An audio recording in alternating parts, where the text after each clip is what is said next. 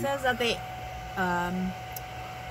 had interviewed 3,000 people and they only got 50 suspects.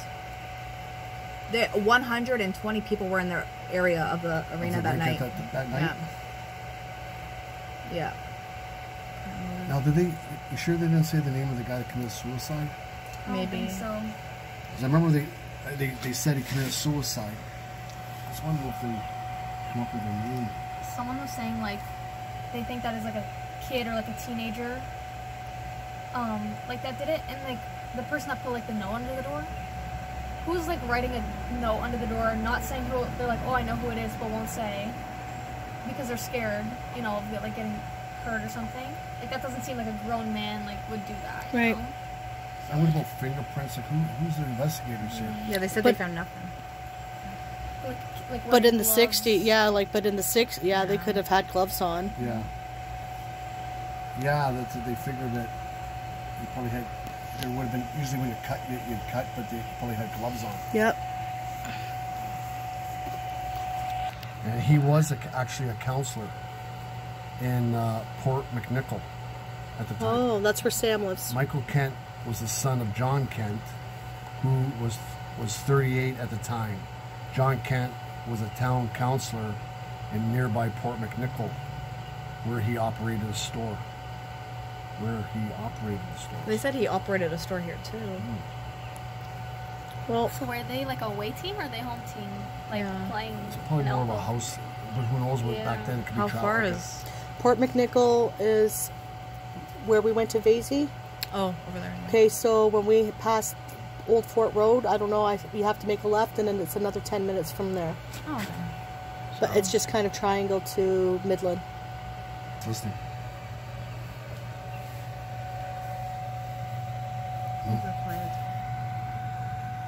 Update, he was just a kid, a happy-go-lucky little boy from small-town Ontario.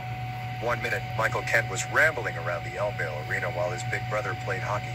The next, he was lying dead in a snowbank just outside the curling rink next to the arena, stabbed to death by a killer who has evaded detection for more than 51 years. A 6-year-old boy with... Just a quick word from our sponsor. JD Sports, the global leader in sports fashion, has arrived in Canada, bringing the latest drops from brands like Nike, Adidas, and New Balance, plus our global access exclusives. JD's got the looks you need. We're opening soon in Vaughan Mills. Check our socials at JD Sports CA for the details. With the drops that we got planned, you don't want to be late. Meantime, hit jdsports.ca to shop our unrivaled collection of men's, women's, and kids' footwear, apparel, and accessories. Well, I think it's important that... A worry in the world was taken from his family in a flash of inexplicable violence. Mike Towns was there that snowy Friday night of February 11th, 1966. It is a night he will never forget. Only 12 at the time, Towns was playing goalie when he heard the news. Halfway through the game, I was called to the bench for a goalie change. That is when I first heard about the murder. Life in Elmvale changed that night.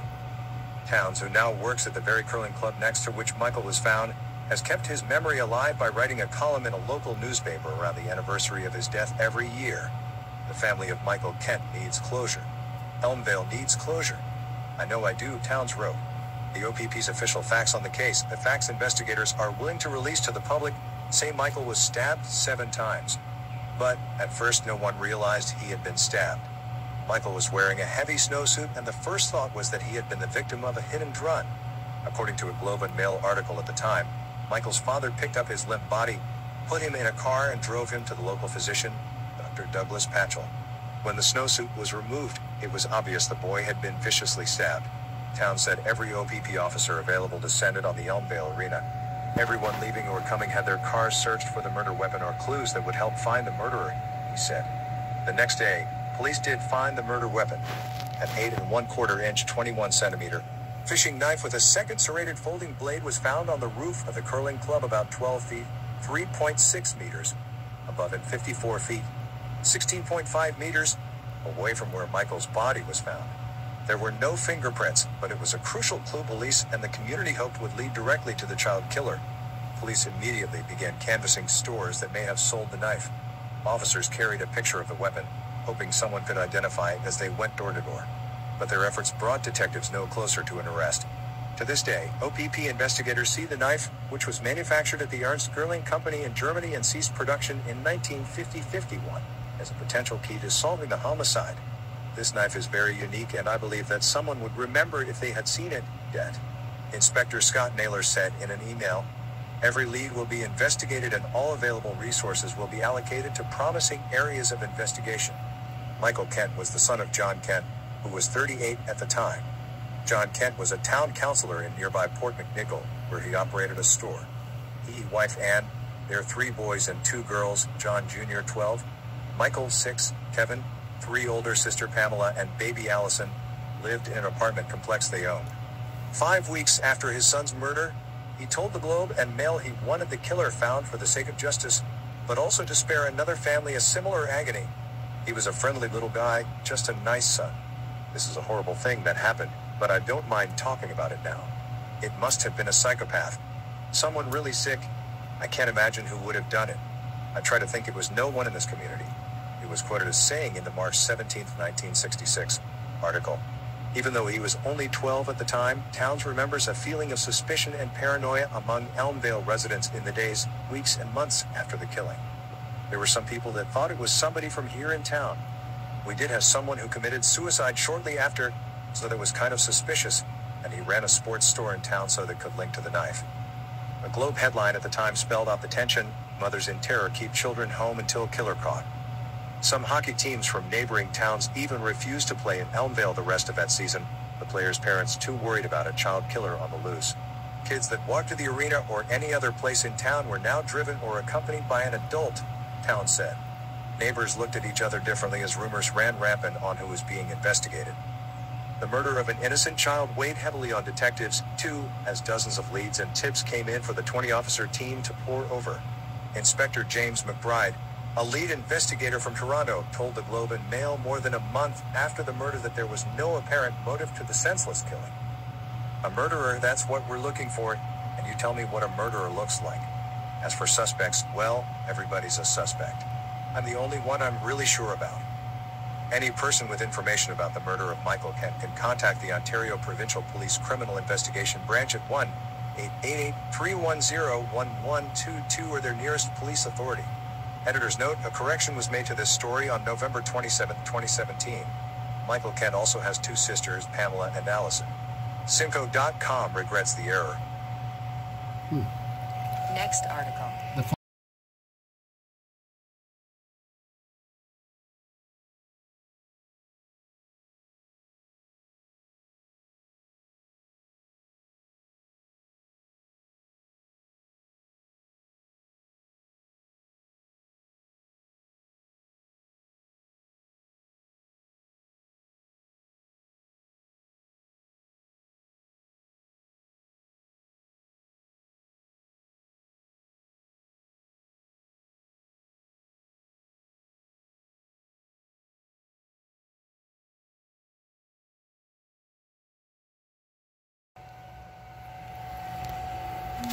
Okay, so say that again, Cassie. Explain that part. It says roughly a month after, in March, someone shoved a letter under the door of the penitentiary office in Midland, claiming to know the person that did it.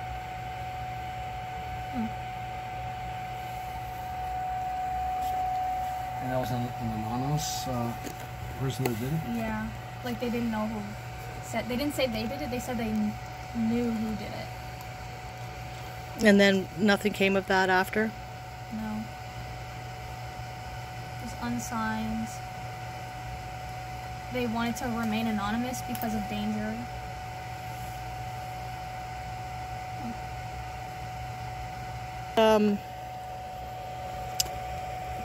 The knife in the store? Oh, what was it? The person who... You knew about it, right?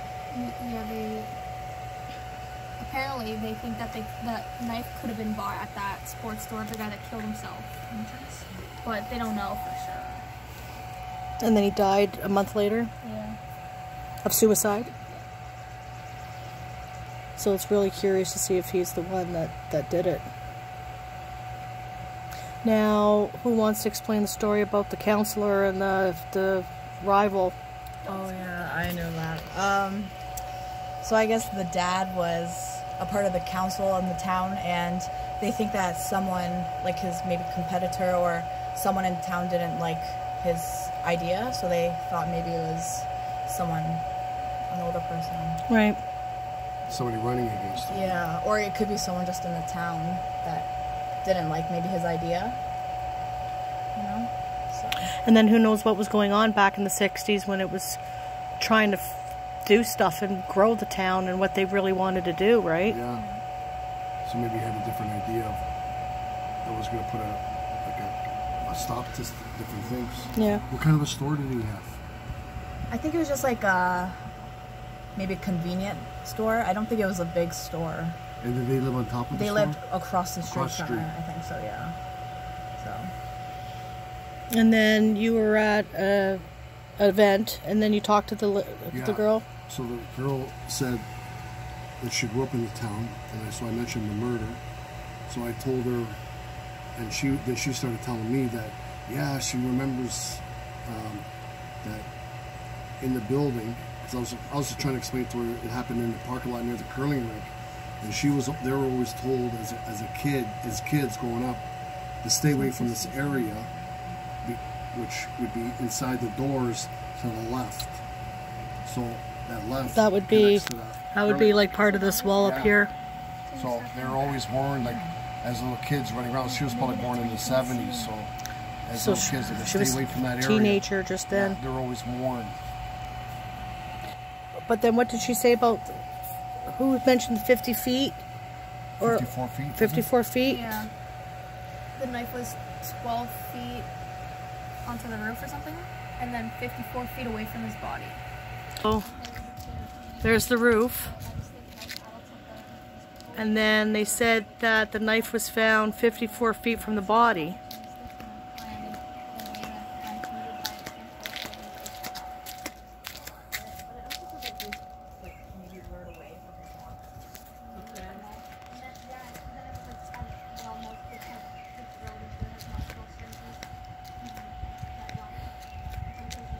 So it's like 32 feet, so you could even down over there on this side of it. Yep. Because this could have been just all lawn. Yeah. So let's say 32.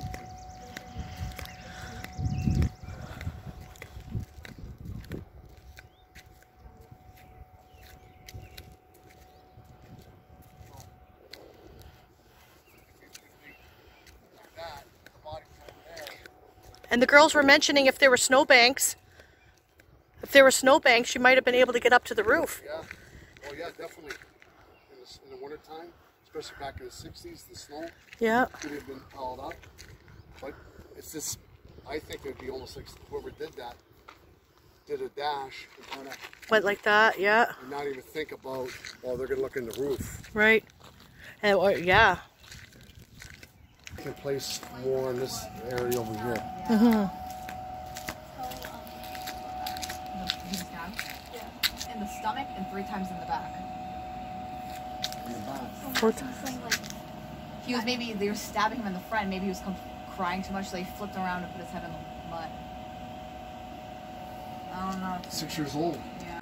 Break in a search for the knife, the killer of Michael Kent, and it said that there was a possibility of a younger brother of the slain boy may have seen the attacker before the slaying here Friday night. A woman told police she saw 2 little boys playing with hockey sticks near the front of the Elmvale Arena shortly before the police believed Michael was stabbed. Yeah. Michael, are you here?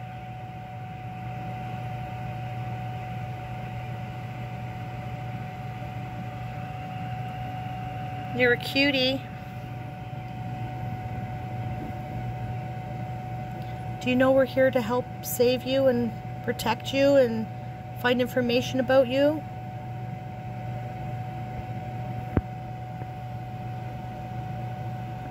Can you give us a sign that you're here?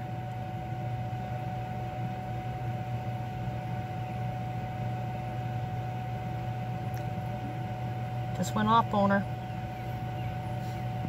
Can you give us another sign?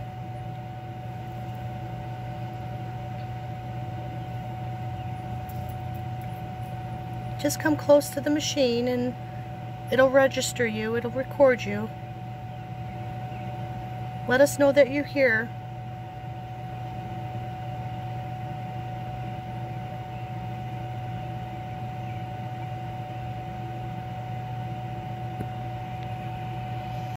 It could be a message sent to the father, the family, that's when you were born. And the father took it to his grave. Or even more deeper that the father didn't reveal, but it's just a message. Because the father, you said the father tonight already, he tried to stop it, came back in, then he came back out, trying to explain how he was raped and took him over there. The father, when I read that very well, for some reason the father touches me of something the father. There's so many kids.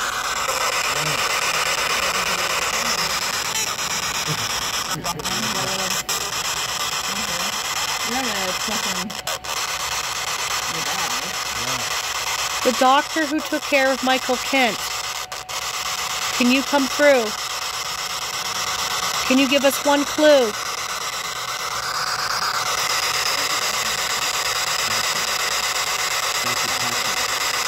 Dr. Patchell?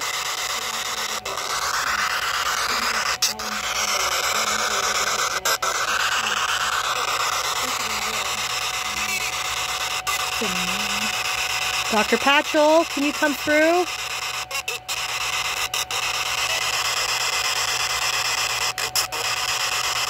Can you give us a clue into Michael Kent? Did you murder him?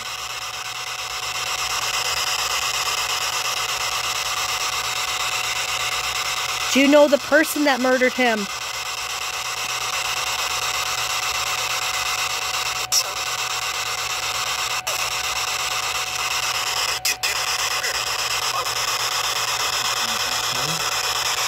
That was the sentence.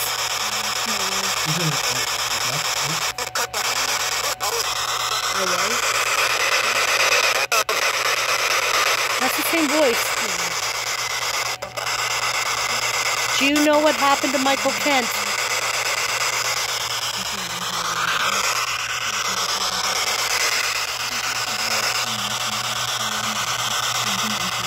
Do you have any clues with Michael Kent?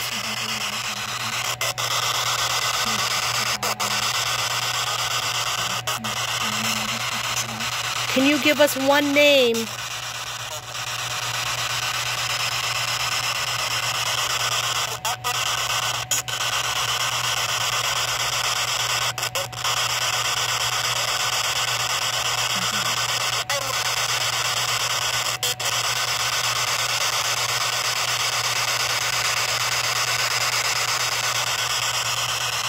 Okay, thank you.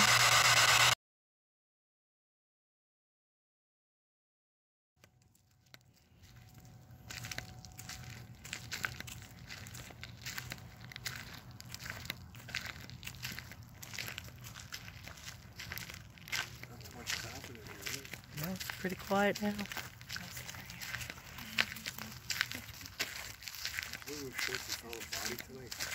Jesus. Watch the fox. Oh yeah. Sorry. I don't know. Probably it was this one. Is that it right there? No. I'm sorry. It's okay. Show you for a second.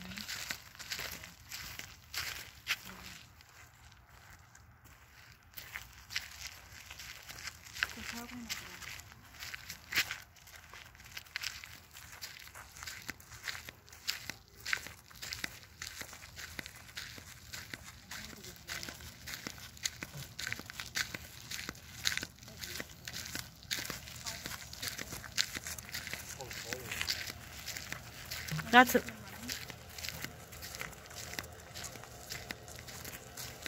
Yeah. I can see like a little boy like running. You hear snow pants?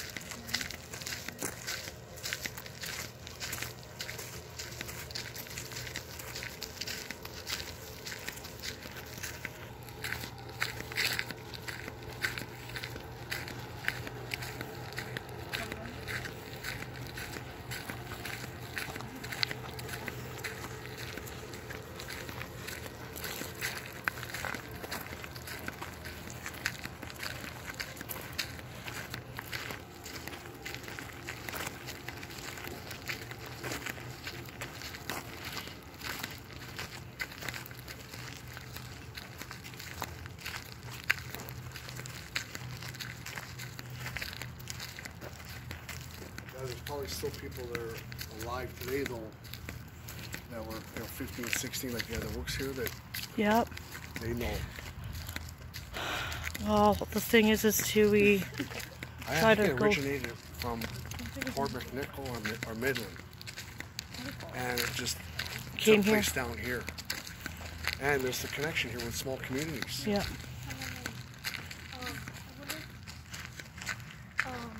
If Talbot had like a brother or a dad that was also a doctor, it says Dr. Charles Talbot, and it says Midland and Port McNichol, where they're like from. Said And- uncle. And he Oh, really? would like pay for like little kids like hockey, like if they couldn't afford it. So it seems like he like was like really into little kids and playing sports. And he's like in the Hall of Fame with like sports or something. So Talbot, and his brother was connected in Fort McNichol. Yeah, it says. And that's where the father was a counselor in Fort McNichol. In hockey, he served on the Midland Minor Hockey Association and was team doctor for the Midland Flyers in the mid-1960s. He created a minor hockey league, played at the Midland Arena for Port McNichol boys, but his lasting contribution was to pay for summer hockey for promising kids who didn't have the money. And he would buy them uniforms and like equipment, and like that if they couldn't afford equipment, he would buy them equipment. So did something happen with the family where maybe the family couldn't do their like? He didn't want recognition for anything. What was his name? Charles? Charles Talbot. Charles Talbot. And he's in the Midland Sports Hall of Fame. And his brother, Alan, is the one that was the coroner and drove the father home from here to there, back home. So there's a little tie there. There's a. When I look up Alan Talbot, it doesn't. Nothing comes up. It only comes up as Charles. Oh really? Yeah. Because there's something more to this picture that stopped this investigation. Yeah, like why?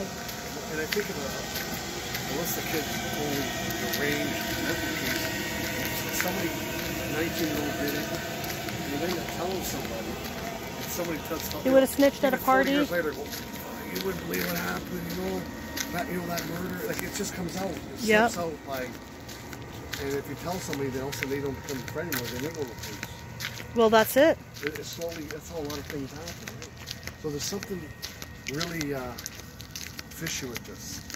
Yeah, I don't think that was Cassie. What? We were standing here and it sounded like a little girl like talking. Really? Yeah. But like it was probably Cassie, but that was like a little girl. I have a deep voice. That was like a little girl. I'd like to know some of this. The name Jim came up, eh? Jim. I want to know Carol. they came up? To the door? On that thing over there? Veronica, what else? What are their names? Carol. Carol. So when you start, I'm going to start looking like those history books. Every time you come up with a name, have a book beside you, write down the names. You never really connect the name, right?